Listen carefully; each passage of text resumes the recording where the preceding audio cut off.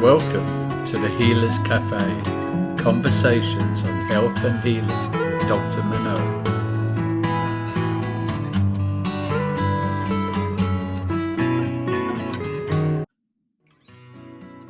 So welcome to the Healers Café. And today I have with me Kerri Hummingbird. She's a soul guide and host of Soul Nectar Show. She's also an international best-selling author of The Second Wave, Transcending the Human Drama, and also the award-winning best-selling book, One Woman's Journey to Self-Love. And also another book I just got that I really caught my attention is Love is Fierce, Healing the Mother Wound. So I'm really thrilled to have you here, and I'm tempted to take just a short moment to read a quote that was written from Love is Fierce, and it was by Sarah Weiss, a spiritual teacher, keeper of the light, and medical intuitive. And I'm not reading the whole quote, it's just a piece. Our path to healing is through the feminine, which will bring our lives and our hearts into balance. Hummingbird Sami expresses the message of our time. The feminine wisdom is rising powerfully now. We need to heal the mother wound to align with our higher consciousness and the consciousness of the beautiful mother that holds us so wisely and dearly. So with that, welcome. Thank you so much. I'm so excited to be here, and I love Sarah. She's a beautiful teacher in her own right. So my question to you is, what started this whole process for you? What started this process for me was 20 years of weekly psychotherapy sessions. I see. And, worsening diagnoses, because it wasn't getting better. I was still coming in weekly and it was just not resolving or moving forward, progressing. As a matter of fact, it was devolving. And that was curious, to me, like, how could I invest this much time and effort? I'm a pretty wise person. I went to a really good school, I went to an Ivy League college. I'm not stupid, right? So how come I can't solve this using the methods given to me? And I was put on antidepressants and things like that, and things were not improving. And so that led to the dissolution of my marriage, my 20-year relationship. So that was a big catalyst for, okay, that didn't work. 20 years of the marriage and 20 years of the psychotherapy that was told I was going to be fixed through this, and that didn't work. It didn't happen that way. So what now? And I decided I'm not going to do that psychotherapy stuff anymore, and I'm not going to take those drugs. And I wasn't able to get off them right away, but I was weaning myself as fast as I could because I thought none of this makes any sense. And I began to open at that point, and that would be the feminine journey. I began to open to, okay, well, I tried all that. I gave it the good old college try for a really long time. It didn't work. So now what? Because I could either spend the rest of my life with a diagnosis and feeling terrible about myself and broken relationships, or I can pursue something else. I can basically open myself up to anything that will work for me to heal. And that's what I found. I started a journey of my spirituality. And for me, it was earth-based spirituality that just opened one teacher to the next, to the next, to the next. And now that's what I teach. I teach earth-based spirituality, and I teach healers how to move through that process energetically to heal themselves, become aware of, know thyself is what the Bible says. And I teach them how to know themselves, and then I help them to guide to start to help other people, and in a really different way than traditionally trained psychotherapists. So what would you say? I mean, 20 years, and it sounds like you also studied it, or you knew how it worked, and also when you're in it, you're receiving the experience. I feel like it's a PhD program to be in that long, Right. It's like, what is going on here? I was doing my best, but it just wasn't But manifesting. what do you think was the issue, if you can generalize, now that you know what you know, and if you're looking back, why why was there stuckness for you? I mean, some people say that it works beautifully for them, and obviously that's not the case for everyone. So I'm just curious, what about the model didn't jive or didn't work for you? So, absolutely. It was the fact that it's so centered on the mind and the level of the mind and trying to talk about things and get at it from the level of the mind, when actually what I it was experiencing was a couple of things I'm now aware. One thing was early childhood trauma. And if you think about early childhood trauma from the very moment of birth and up into my first 5 years, there's not a lot of language that my inner child has to share about what's going on with her. So I had to be able to approach this from a different angle, from a body angle, from an emotion angle, from a spiritual angle, and from an imagination angle, to be able to capture the feelings and sensations that my inner child went through that needed healing, that were stored in various parts of my body and in my mind. So Mhm. how do I get at that? Not by talking about it. That's not helpful. And also, it was a spiritual inquiry, because now that I started the spiritual journey, I became aware of myself not just as this incarnation, as Kerri, but as another incarnation that I was recovering from, that I have been recovering from in this life, that was extremely traumatic for me. And I did not have an opportunity to heal in that lifetime from the trauma that was being experienced. I actually died in the middle of the trauma. So there's a way in which that was carrying forward into this life, and it needed a space to be healed. So Mhm. there's a lot of my life that could have been attributed to my early beginnings, but more accurately, it could be attributed to what I was experiencing before this lifetime. Mhm. Mhm. And then coming into this lifetime, having some of those repeating patterns happen Yeah, to my child self. right. So it's like, get a bigger picture, I guess, is what I want to say to Western psychology. Like, expand your perspective outside of this idea that you're just this one being in this one lifetime. And you might find a whole lot more ways in to provide healing and transformation for people. Yeah, no, I agree with you. And I was slow at getting there myself, because at first I had patients. So I've been in practice 30 years. And, they would talk about past lives. And I would say, okay, I was not connected to that reality at all.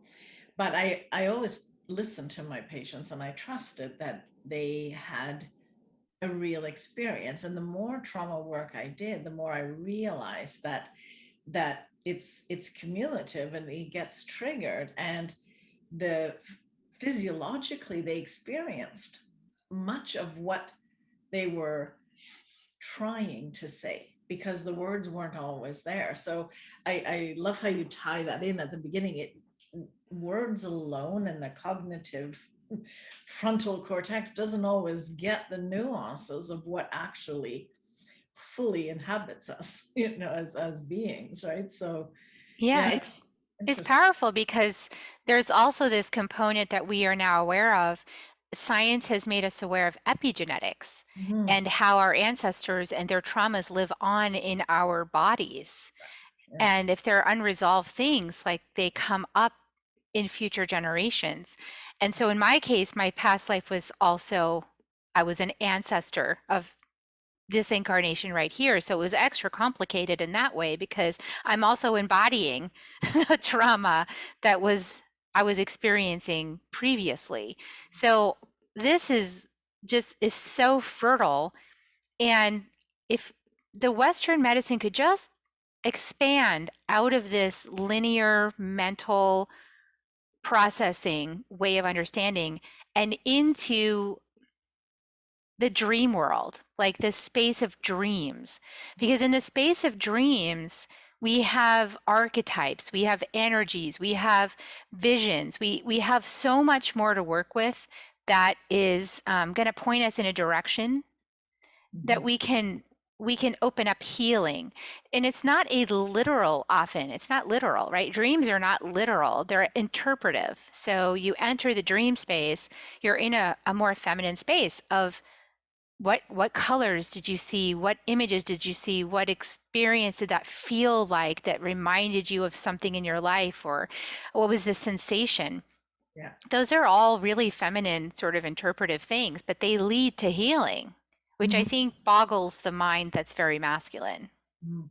But yeah, it's like the language, at least how I see it, the language of whether you call it supraconscious, which may be one piece of it, and also there's the unconscious, is all in metaphor.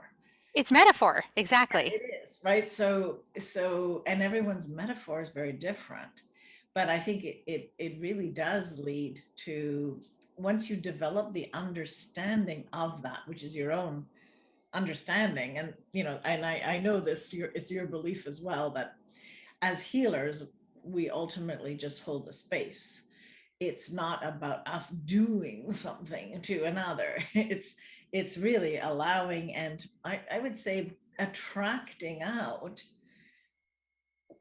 what the person's ready to share in the next iteration of themselves, basically. Exactly. I mean, I think we could just go all the way back to Socrates, you know?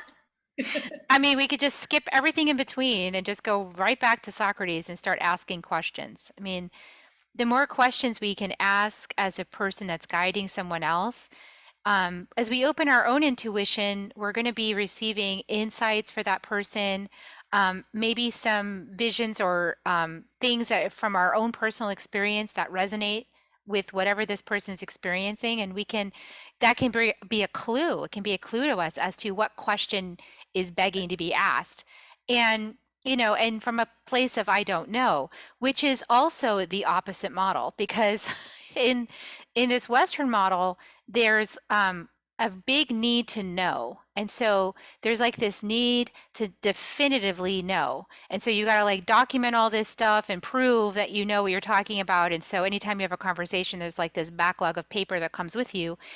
And this method is not like that. It's the opposite. It's the stepping into the hollow bone, Mhm, mhm, which is the space of not knowing. mhm, And the more hollow your bone is, ironically, the more you don't know, the more hollow it is, the more you know. So it's a big paradox, because stepping into that awkward space of not knowing is where the juice is. It's where the brilliance comes in from the collective database. That, let's say, the collective consciousness, the database has all the information, and it's just leveraging our library in order to communicate that. So if you step into the hollow bone, you get like brilliance come out your mouth. You didn't plan any of that, it just happens. But if mhm, you're in the other space of needing to control it and know it and all of this, it's like extremely tiresome to have to be constantly proving and then debating and then arguing.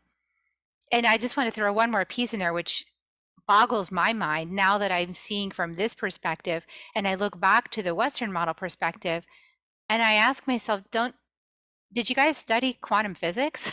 Because quantum physics says that the observer is influencing the observed at all times.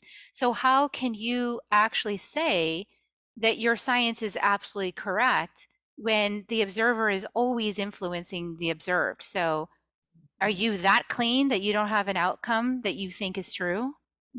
I think that's also the space that the healers talk about too when we're helping other people, right? We have to be really hollow. The Mhm. bone has to be hollow. Yeah, I think that's a good point, and I think many times I can see it in my own profession. Many of the new naturopaths are feeling like they're here to prove something, like prove that they're at least as good, if not better, than medically trained, and so they actually lose what their ancestry of naturopathic medicine was, what the real founders understood, the connection to nature, to self, to spirit, to earth. So it's like now it's almost like green allopaths. They're talking a language that, I don't know, we can't relate to, at least what we're called elders now. But it feels like it's two different breeds of people. They're all in their head. Yeah, And this big right and wrong game, and that's the ego completely. I mean, that's ego. My ego gets triggered. Okay. So, but what I do with that is my ego gets triggered. I notice I want to be right. I notice I'm trying to prove something. I have to take a deep breath and several steps back and yes.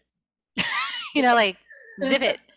Because that's my moment to go, oh, wow, I'm attached. I'm attached to being correct about that. I'm attached to being right. I'm attached to convincing this person. Uh-oh, I'm in some danger. So I got to go back in myself, go back to the hollow bone. It's an opportunity to clear it out some more, to level it out more. Maybe I need to scrape some more marrow off of there because I really have some old attachments. And then to comfort myself because, I think what you're bringing up, like naturopaths, it's an old way being revived, right? So it can be really preciously personal, especially if our ancestry was, say, victimized by people who were afraid of naturopathy, were afraid of medicine from plants and animals, and were maybe killed because of a persecution that was happening. So this can be a really personal experience. And so that's an opportunity to notice that is to go, oh, there's some more healing. Okay, great. Thank you for showing me I have more personal healing to do. Mm-hmm.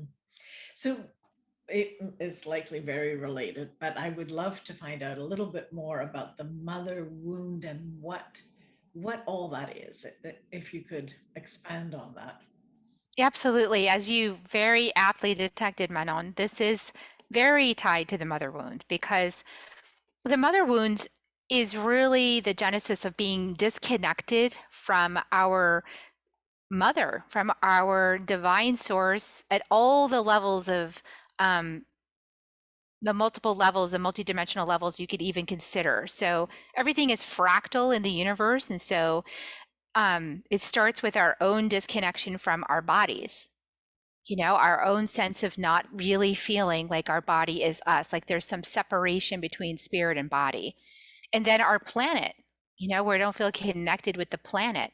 If we don't feel connected with the planet, then maybe our heart's not open to care about the animals or the plight of various bodies of ocean, or, like we are not connected with the impact we're having on the planet because we're not connected to it. We're somehow separate. We think of ourselves as separate, like the earth is a floor and we're just like walking across it, versus it's a living being that is also part of us.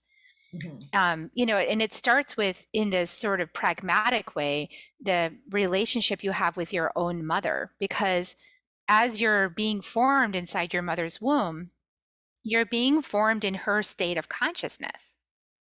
Her thoughts inside are heard by your baby self as it's forming, understood. Her feelings, all of the things she's experiencing and how she processes challenges, how she puzzle solves, all of that is just by osmosis being absorbed by your little brain and your little being as you're inside your mother's womb being formed. So whatever your mother is experiencing, you are also experiencing as a way of starting off in your life. And this is all by design. So, I believe we pick our parents. So we pick that starting point. But that starting point comes with an ancestry that got handed down from womb to womb to womb as children are birthed. And we inherit like this entire dynamic. So the opportunity has always been, and especially so now, to become aware of that and to become aware of our potential to heal our ancestry through epigenetics in our bodies, thereby liberating ourselves and step into a whole new relationship with our life, with the way that we live, the way we talk to each other, the way we talk to ourselves, the way we're in relationship with our communities and with our planet, with our families. So it's this huge opportunity we have right now that is just like, it's vast, where do I start? Hi, I'm Dr. Manon Bolliger, and I wanted to take a moment to thank you for watching these podcasts. If you haven't subscribed, please do. Also, feel free to leave comments and like it. This way, more people get to find out about this work and about other choices for health. So I think it's really important that we all share this information. I have a free gift to you. It's a 7-sequence email that has tips for every day, and it's a little insight about how to live your life when it comes to health. And it's very much built on how I managed to overcome stage 4 cancer and what it took. So I would love you to have this, and thank you once again for listening to these podcasts. So I always invite people to start with your own mother, because your relationship with your mother will reveal a lot of patterns that you inherited from your ancestry. And then you can start to decide, are those things I want to keep, or are those things I want to transform, and how do I want to transform those? And when you work at that microcosm, it'll start impacting the macrocosm. And so you're suggesting it in a kind of like value-based way, like, I mean, it's somewhat intellectual in the sense of making choices. Are you going to be an authoritarian parent or an authoritative parent, or are you going to be like that type of thing? Like I find that it's the next generation where most people I know go through the realization of the connection because they're about to do it, and then they're like, oh, wait a minute here. No, I don't think I'm going to be doing whatever it is. Or this part was, a ritual I loved, and this one I'm gonna naturally do, right? I mean, not that we sit there and think every second, but there's things we do unconsciously. And then there's like things we do unconsciously and change because when you become aware of it, you go, whoa, this doesn't even fit in anything I've been doing, as a young adult, right? So is it like that type of process, or are you suggesting more than awareness and bringing to consciousness? Like, what is the process that you're talking about to do what you're suggesting? Yeah, so the process is exploration of not only your own thoughts and what you notice as patterns. That's certainly a place to start. Like, oh, I noticed that in my ancestry, there's a lot of alcoholism. So, like, that's one track. And then to go, where does that come from? That comes from an essential feeling about being disconnected and not being full, being abandoned potentially, and being wanting to be loved, like a lack of love. So there's like pathways in like that. And then there's some just pure emotion that comes out, because as you set the container for some exploration like this, what happens is that things naturally sort of arise within your consciousness, your body, your feelings. Events happen or conspired. It's the mystery. So the mystery is fully in charge of all of my work. So when I do a course with a group, the mystery is in charge of that course. So I'm just holding space while each person enters that container to work with the mystery directly. And then I'm holding space to ask the questions and to help people, guide people in their exploration. What's coming up for you? What are the blind spots? What are the things that you forgot about, that now all of a sudden you're sitting and remembering when you were 7 years old and some traumatic thing happened you had completely forgotten about? All of those threads come back to making a person aware of the gaps, and then sealing that up with love. So like bringing more love, more compassion, more self-awareness, allowing, accepting, embracing all the shadows, and lifting oneself into a higher state of reference around all those things, right? So that's the basic process, but the mystery is always at work. So that's kind of maybe somebody's introduction to how the mystery works. And then once they have that experience, they move forward in their life and they're aware of it in a whole different way. Right. So, I mean, it feels as if, because I see that trust is needed, but before you can trust, it's almost like there has to be some experience that you notice as non-coincidental, almost an experience for you. Yeah, synchronicity plays a huge role in this. And actually, it's fun guiding programs according to the mystery because I'll be working with an intention for that particular call that week. And if the person didn't do the work, like they'll say, "Oh, I feel so bad I didn't do the work," and I'll say, "Well, what came up for you this week?" And then they'll have done exactly the thing that I was going to talk about. And as I start to talk about it, they're like, "Oh my gosh, I've been in this inquiry all week, and I didn't even know." And it's not because I planned that talk. It's because I'm tuned in. I'm just tapped into what the group needs and what that next conversation is.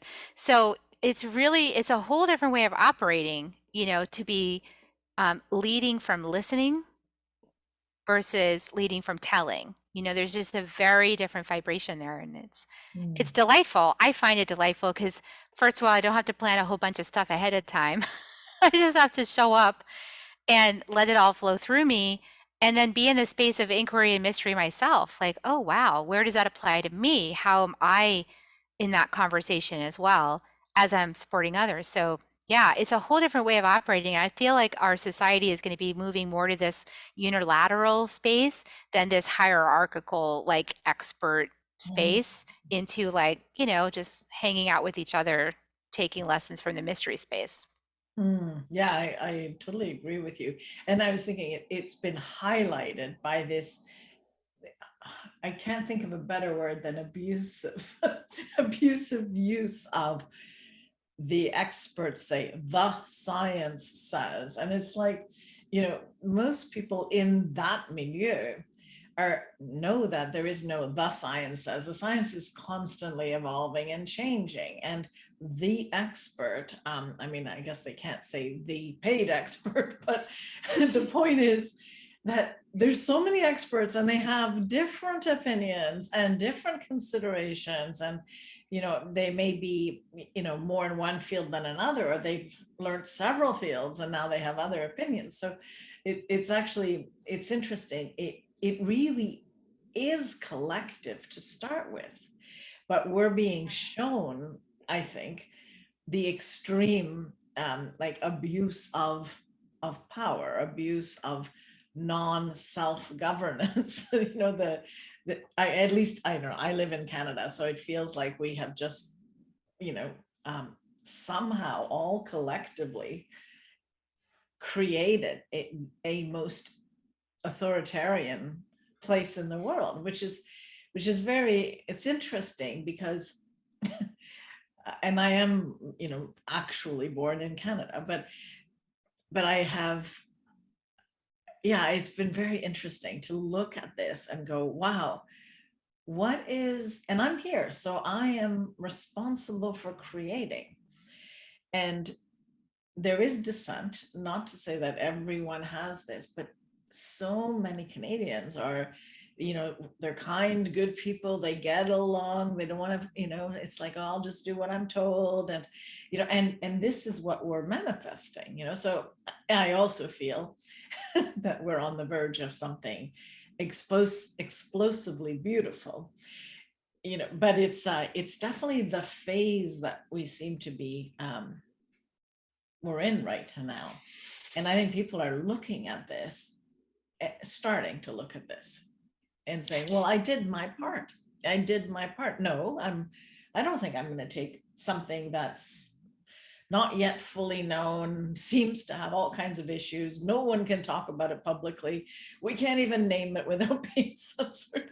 So I think people are starting to kind of look at this. I don't like the word wake up because I find it demeaning or condescending a little bit. It's like, I feel like it's shifting and we're part of the shift. All of us that are seeing, sharing, daring, and not judging everyone else for the phases they had to go through.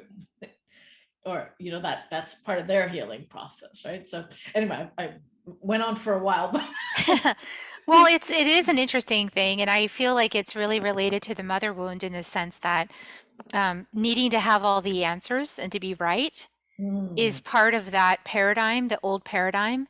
And the new paradigm is I don't know, let me listen and see what comes to me, and then trusting that, which is the intuition that you teach, right? So that intuitive sense and learning how to trust the intuition and knowing that we're not cookie cutters. We're not all made the same way. We don't Our bodies are not all made the same way. What our bodies need is not all the same. Our spirits are definitely not all the same. We come in different packages with different lessons. And at the end of the day, we're all united. We're all part of one main thing going on here, whatever you want to call that. So we get to see how diversity is part of unity. And I think that once again, that conversation is going on in many different ways right now, all over the place in different expressions. mm. So I know we don't have too much time. I really want to find out a few things about I guess your newest book, The Second Wave. And I'm going to just read a quote by Sarah Wiseman, author of Messages from the Divine and Intuitive Path. And she says this about your book. As someone who's clearly walked the path, Kerri now leads us to a divine reality, the new earth that is ours to create. Her deep understanding of shamanic and spirit wisdom helps us climb out of the karmic collective consciousness and move to our rightful place as sovereign souls. Wise, insightful, and eminently useful for the spiritual seeker. So I was wondering if you could talk generally about your book, but also the notion of sovereign souls. Yes, absolutely. Well, the second wave is here to usher in a new paradigm of sovereignty. And sovereignty is really based in the unique thumbprint that you are meant to walk in your soul's journey in this time. And conformity is in opposition to sovereignty, because conformity is an old model for creating safety out of knowing what's going to happen by making everybody do the same thing. So right now we're shifting into sovereignty, and anyone who's heard that call and is following their inner guidance is probably feeling a lot of pressure to conform.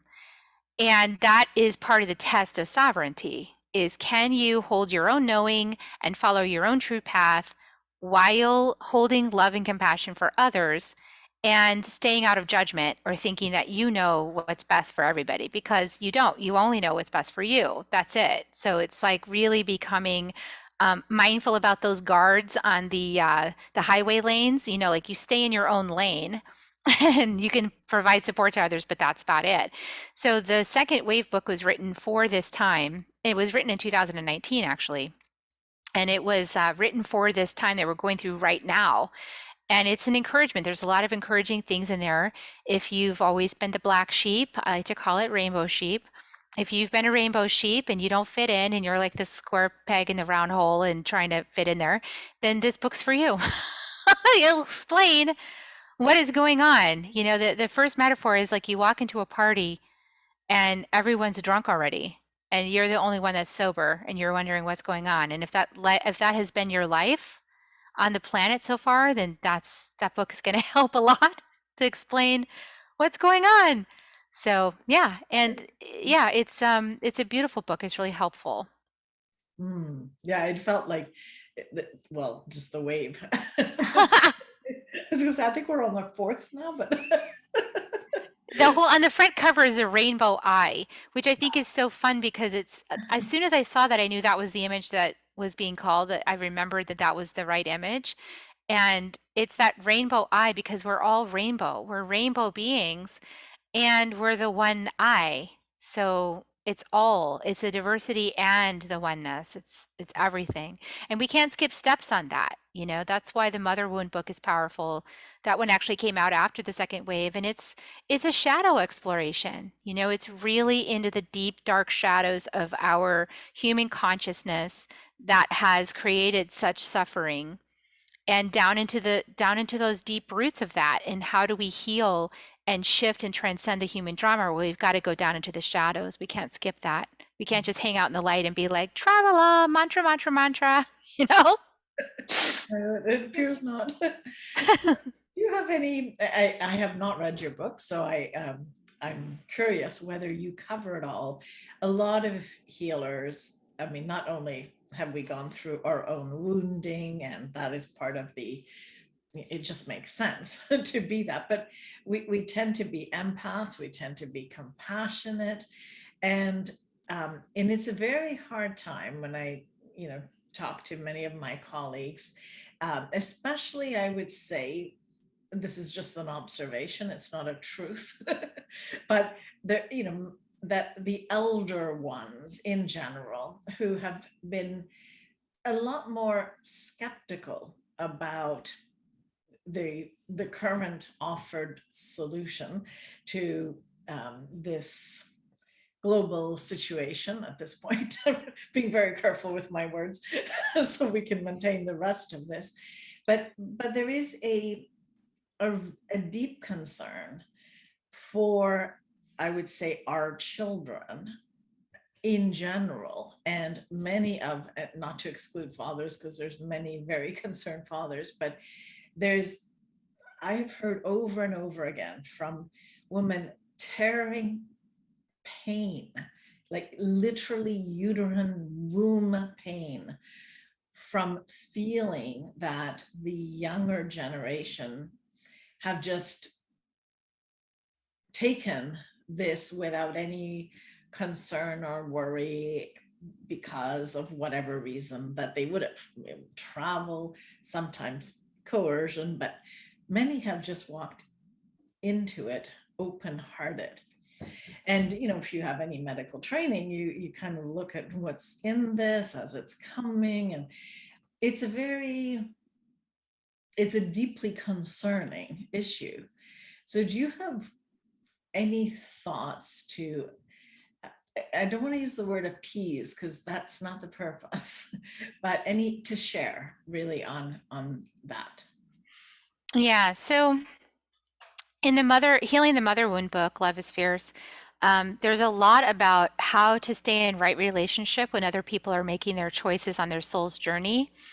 And that is one thing that is super challenging being a mom, is having some insight, some questions, some concerns, and being able to guide your adult child or your younger child into making decisions. Like with younger children, we have some say because they're younger. But when they start to make their own decisions, that is really their soul's journey. And that place of non-judgment, of trusting that all is well, that this is part of a curriculum somehow, and that it's all going to work out beautifully. That is something even better. We know what we came down here for. We came down here for the age of Aquarius. And so knowing that that's where we're heading, it does take a bit of faith. And my urging is to not make up self-destructive stories about yourself or others, because that is also its own kind of power. The storytelling power of a mother is extremely strong. I learned this through my life of those 20 years on the sofa, right? Like making up stories. And I got to see how stories told with pain or worry or, predicting bad outcomes, that was really potent in my life. It got me down into a dark tunnel. And I really was suffering from all those things then because I was telling those stories every week. So I'm very cautious about storytelling. I feel like the best thing we can do is to place all that stuff we're worried about in the hollow bone and blow prayers and bendiciones, big, beautiful wishes and love, and then be there in the conversation. Like if this is a lesson your child's having and your adult child, let's say, and then there is a negative outcome at some point, be present with that. Be present, hold space, show love. These are all soul lessons. We have to detach from a little bit from the humanity of this, like the temporary human experience, and get into that soul space to be able to hold space in this way. Because certainly your heart's way open. And like you said, your womb is screaming at you. And, if the person's willing to listen, that's another place to share, right? With totally honoring their choices, but sharing from your perspective, your concerns and your desires, and only if the person's willing to hear it. That's an invitation. Like, are you willing to hear my perspective? And if the answer is no, there's no point in sharing it. Yeah. It just creates more wounding. So Mm. it's a lot. There's a lot in the book about navigating those boundaries, and it's a skinny branch. Okay, like all of this we're talking about is super skinny branch stuff, which is the advanced soul curriculum that we've all entered in. So one of the downloads I got when I was writing the second wave book was that a lot of souls were going to leave the planet because the kind of soul work that we're shifting into on this planet is skinny branch. It's very challenging. It's not straightforward. It requires a lot of intuition, a lot of space, a lot of checking in, a lot of self-mastery, and some souls just aren't ready for this. So they took the easy out, and they took that opportunity to die in a fairly easy, quick way. And so we had a lot of death on the planet for sure. But if we can elevate the conversation to think about things from the soul lens, the soul perspective, it gets a lot easier to handle our humanness. Our humanness is super precious. So my heart goes out to the moms for sure. Well, thank you for your share on that, because I think it'll be greatly appreciated. And our time is up. So thank you, for sharing your heart and your wisdom and your love. Thank you for having me on the show, Manon. Thank you for joining us at the Healers Café with Dr. Manon. For more information, go to drmanonbolliger.com.